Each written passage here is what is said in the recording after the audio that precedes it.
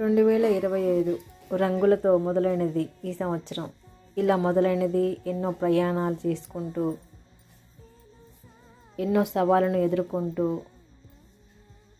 కొత్త కొత్త ఆలోచనలకు వెలుగుతెర తీస్తూ,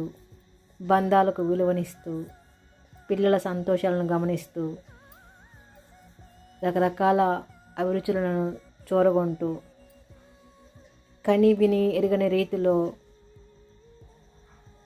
దర్శనాలను చేసుకుంటూ, సంబరాలు జరుపుకుంటూ, కన్నీళ్లను దాచుకొని కొత్త గృహంలోకి అడుగులు వేస్తూ, అమ్మవారి దర్శనం అందుకుంటూ, నూతన వెలుగులు నా ఇంటిలో నింపుకుంటూ, మహాదేవుడే నాలో ఏకమై నా పని నన్ను చేసుకోనిస్తూ, నలుగురితో కలిసి ఉంటూ, ఆ రాముని ఆశీస్సులు